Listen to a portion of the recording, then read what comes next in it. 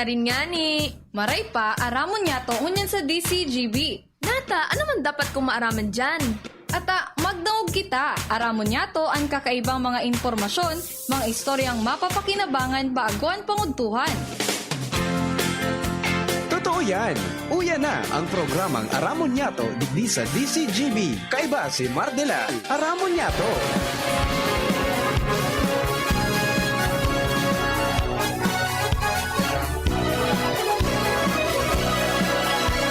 Kabayan, dapat mong malaman na kailangan mong maintindihan ang usapan na may kinalaman sa iyong kapaligiran.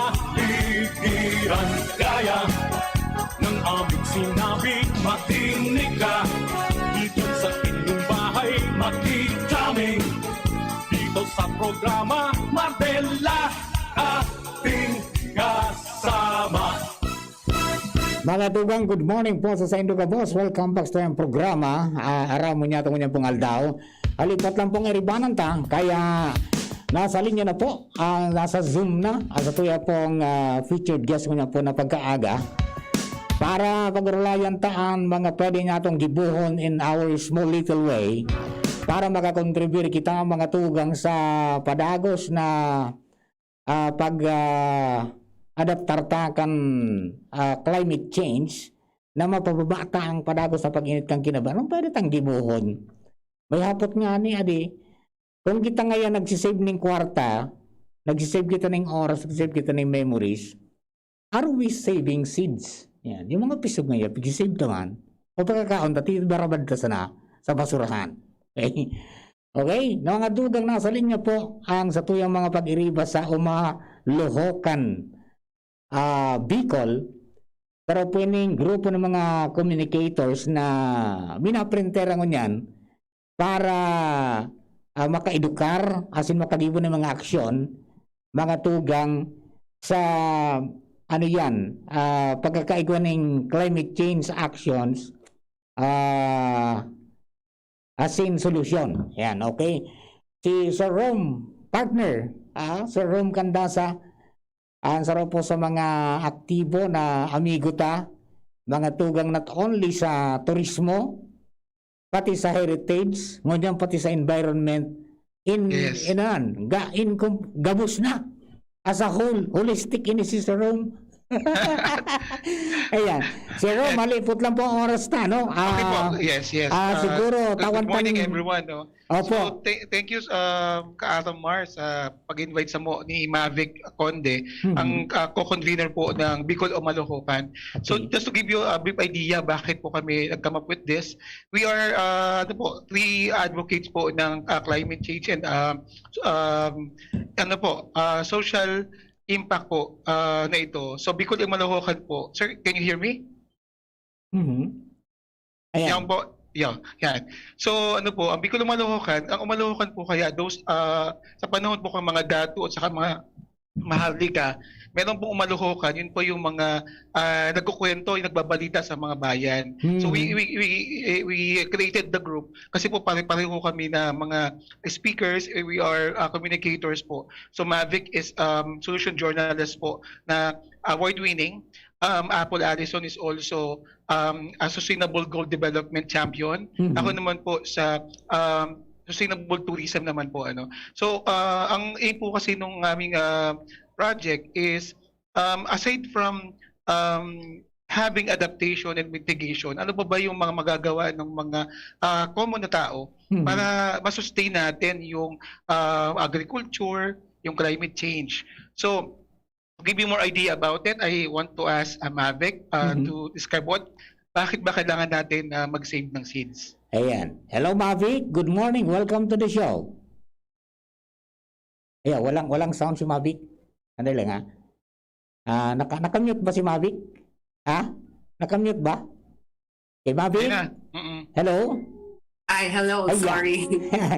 Okay, good morning Mavic and welcome to the show and naugma ko na makaibanan ka para mas makatabang kita na maipresentaran sa indong programa and makainganyar kita ng mga kababayan ta na i-save ang future ta kontradig sa padagos sa pag-init kang kinaban. And in a small little way, kamailing ko ini na representa sa kong sa room na inka-interest tulos ako.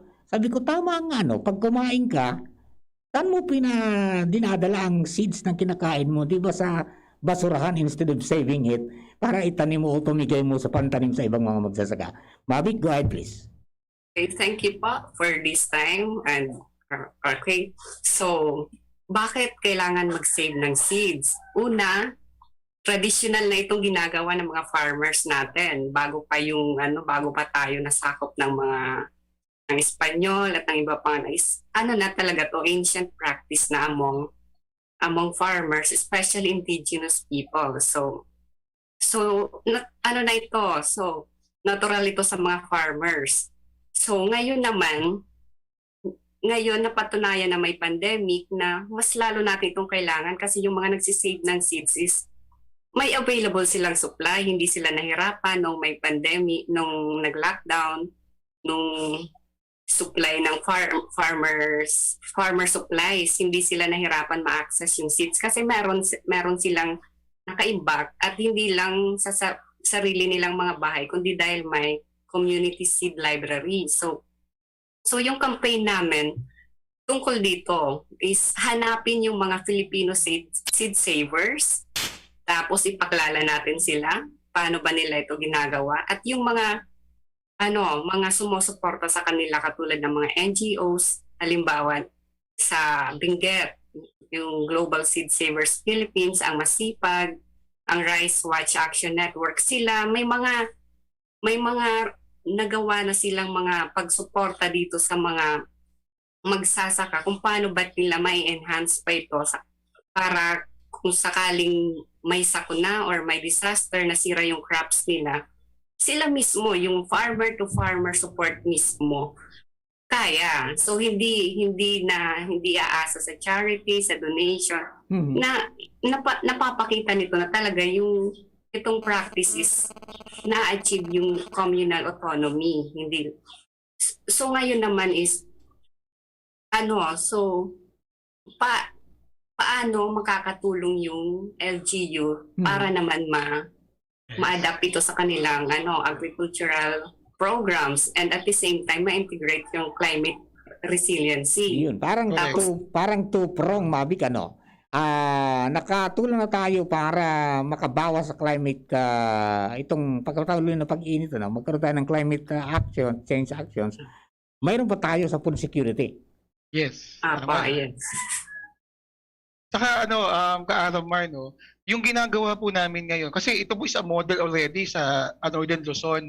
So Bicol kasi lagi dinadaanan ng bagyo. Yes. So kumbaga tayo, lagi nababasa yung mga seeds natin or yung mga crops natin na apektuhan. And isa po yan sa adaptation na gusto namin maituro po sa mga Bicolano. Kaya po yung Bicol Malohokan is connecting with our Bicolano fellow farmers po na parang yung best practice na ito ma-adapt po sa Bicol.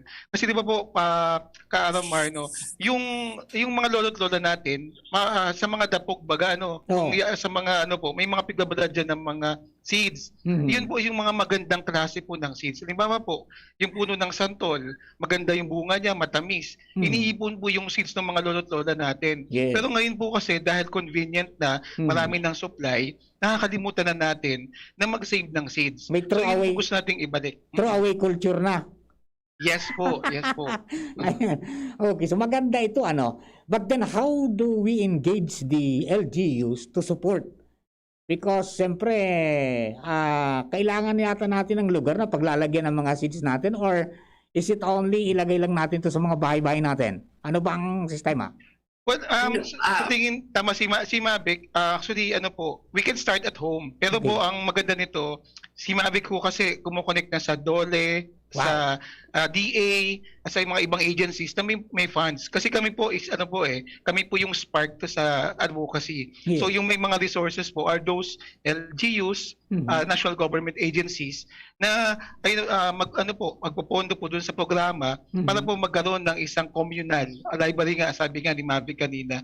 So maganda po ito na mag-umpisa talaga sa tao kasi pag nanggaling sa tao, andun yung responsibilidad at saka yung ownership po sa mga programa na kagaya po nito. Yes, alam mo, timely nito ang pag-uusap natin because everybody, LGUs, barangay, municipality, city and provinces are now preparing for the transition para doon sa itong Mandanas ruling. Yes, devolution. Di ba? Apo.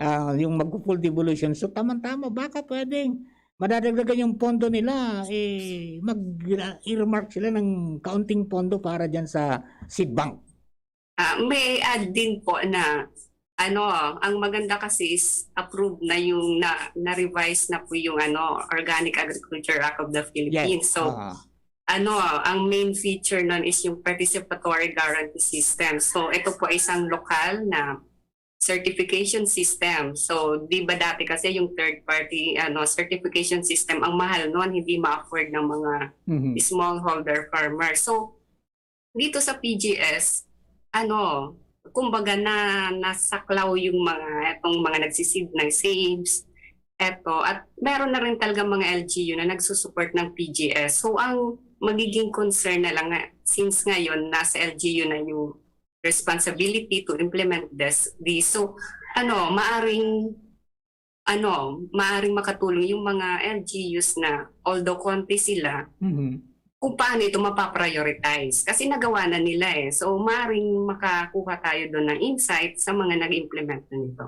Ayun. Okay, now for those who are interested, how do we connect sa inyo para halimbawa gusto namin na makakuha ng mga inputs kung paano kami matutulungan, ang isang LGU matulungan na mag-put up ng mga ganyan mga hakbangin, anong dapat gawin? Actually po, nag-start na po kami ng mga surveys. Kasi sa survey po, yun po yung quantification po ng mga parang baseline information po ng mga communities. And also po, may mga programa po kaming mga webinar na nag-invite kami mga speakers na seed savers, solution journalism. So we will later on po pag nag-gather namin yung mga information and we create the awareness, we'll be having consultation po sa mga LGUs and NGAs para po mapalakas ito. Kumbaga sabi nga nila, yung libong hakbang nag-start po yan sa isang hakbang lamang. Yeah. Gaya po na ginagawa namin ngayon. Ayun, maganda to although napaka-iksi ng ating oras ngayon, but then ang program ko naman is open sa Rome, anytime para sa ganitong mga adikain, itong programa kong itong Aramon Yato is open para sa ganyan because isa rin yan sa mga flagship program ng ating himpilan. Not only yung tourism, kundi pati yung climate adaptation, pati yung livelihood, at kasama yung agriculture. Kasama, parang pinagsama-sama na yan. So tamang-tama, nagja-jive ang ating mga adikain dyan. So anytime na mayroon tayong mga gustong iparating sa mga kababayan natin, just feel free to call us or click the Zoom link at makikita namin kayo. Okay, so meron tayong 5 minutes. Kaya, siguro sa mga kababayan natin, ang ating dalawa kong sabi nga niyan nangunguna ngayon sa kampanya para mag-save tayo ng seeds. Sa kanila kong muling panawagan po sa inyo. Sir Rom and Sir Ma'am Mavic, go ahead po. Mavic, ikaw po, Mavic. Okay, sige po. Pwede niyo po kaming ma-reach sa Bicol o Malococan Facebook page and available po kami doon. And yun nga po, dahil nga 21% of food emissions is attributed crop production for direct human consumption. So, ibig sabihin nito, when we tackle climate change, dapat we should go beyond then clean energy solutions. Kasi sabi nga sa IPCC report is every degree averted saves lives. So, eto, titingnan natin, kaya bang makatulong, posible bang maging solusyon ang pag-save ng seeds sa climate change? So, okay. Yan. So, yun, Ka-Aramar, yung actually, yung ginawa namin, yung pag-save ng seeds, isa lang po yun sa ibang mga paraan para sa maka-adapt tayo sa climate change. Kasi po ang Albay, na-establish na po natin yung zero casualty, yung ating climate mitigation. Ngayon naman po, na dahil sa pandemic, we need food, nasa bahay tayo because of the lockdowns. Ito, itong bagay na magagawa nating practical. Yes. At yung mga tao, nakabase po tayo sa pagkain natin. So, magagawa natin sa bahay, may share natin yung idea about sa community, and lahat po tayo magkakaroon po ng sustainable consumption po and also sustainable agriculture. Yeah, this is one of a kind green revolution. Opo, tama po. Di ba? Di ba? And everybody ay nung magkaroon ng pandemya, parang nagkaroon ng interest sa pagtatanim. But then, tama yung sabi ni Mavic, saan tayo kukuha ng pantanim? So, dapat Yes. maging sustainable yan para hindi naman nasasamantala ng ibang nagpo-produce ng mass-produce.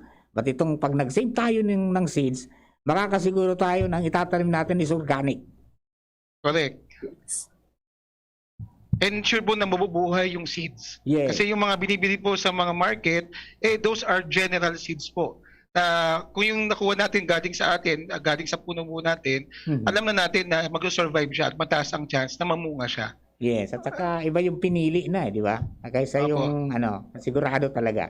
Okay, Mavic, parting words po natin for the meantime ngayon, and sa susunod, lagi tayong magkakaroon ng talastasan dito para meron kayong segment sa programa ko. Okay, go.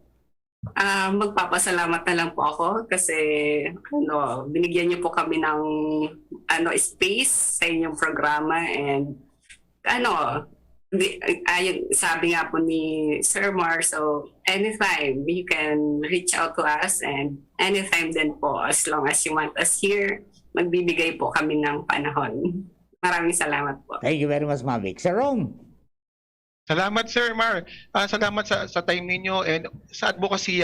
Personal advocacy mo po ito, Sir Mar, na sa agriculture, sa environment, and tama po, mag-collaborate pa ho tayo. Hindi ho ito yung last. So let's start a revolution, a green revolution. Salamat po. Thank you very much. Mga tugang, so yung mga pag-iriba sa Umaluhokan Bicol. Bicol Umaluhokan para po dyan sa sendang kampanya, and samahan natin to. In our small little way, makakontribute tayo not only para sa climate change mitigation, but pati na po sa seguridad ng pagkain natin. Pwede po ka, boss. Thank you very much. Abangan DNR program, kapalibutan ta at amanon ta, makalistan ka ni. Gusto mong magkape, pero di ka makapagkape dahil mataas ang blood sugar mo. Heto na ang solusyon. Jims 5-in-1 No Sugar Added, sweetened with stevia. Ang Jims 5-in-1 No Sugar Added ay may unique blend of coffee na sinangkapan ng Korean ginseng na nagpapasigla ng katawan, agaricus mushroom na maaari makatulong sa pagpapalakas ng ating immune system, at stevia na isang mainam na low-calorie sugar substitute. Sa panahon ngayon, dapat matibay tayo laban sa mga sakit. Mag Jims 5-in-1 Coffee Mix No Sugar Added, sweetened with stevia. Mabibili na sa inyong mga suking tindahan. Ang Bicolano, oragon maghigos, kaya sarong lakas banat sa malain-laing hilang. Rexidol Forte, lakas banat sa bagha. Kulugkan payo, kulugkan hawak, asin kalintura. Sa oragon, Rexidol Forte, lakas banat sa aba. Unilab yan. Paracetamol caffeine is the generic name of Rexidol Forte. If symptoms persist, consult your doctor. Harapin ang hamon, mga true hero. Sa neuropathy, di magpapapigil. Pag namamanhid, nangangalay, o may tusok-tusok na ramdam, mag-neurobion na. Neurobion, Neurobion. Neurobion, Neurobion. Take clinically proven Neurobion. It helps treat nerve damage and helps regenerate the nerves with proper diet and healthy lifestyle. Vitamins B1, B6, B12 is the generic name of Neurobion. If symptoms persist, consult your doctor. Tara naman sa Malubago, nagkasurundo mga miyembro, malangani naging buwang grupo, nagkaurisan, may pag-asenso. Tara na mga kababaihan, mag-irigos magugma, tangani dai magutom, ayaw kaunon, magtara na. Kung kabredo maaasahan ng mga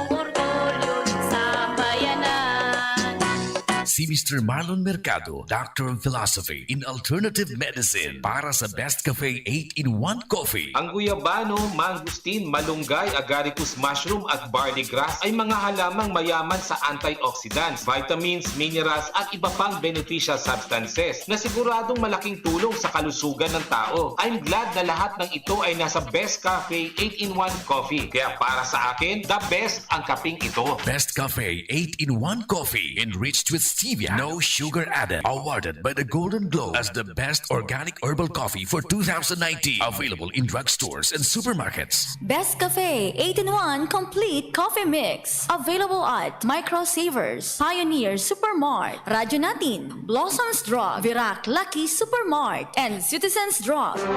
Radyo Balagon Kaito, DCJB Ngunyan, Anainot, pirming nanginginutan.